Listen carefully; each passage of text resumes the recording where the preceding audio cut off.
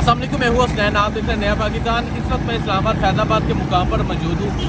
आज जुमेरात का दिन है। आप देख सकते हैं कि इस्लामाबाद में मज़ीद कंटेनर पहुँचाए जा रहे हैं और ये कंटेनर लगा रहे हैं। आगे जाके मैं दिखाता हूँ कि कंटेनर की कितनी बड़ी तादाद मौजूद है।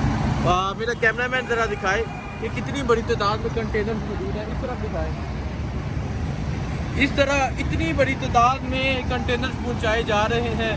एक तरफ इमरान खान की तैयारी है, दूसरी तरफ ये हुकूमत कंटेनर के ज़रिए अपनी तैयारी कर रही है। और मैं ये समझता हूँ जब अवामी लॉन्ग मार्च जाएगा तो ये कंटेनर टिक नहीं सकेंगे। लेकिन क्या होता है, ये सूरत हाल है इस्लामाबाद की।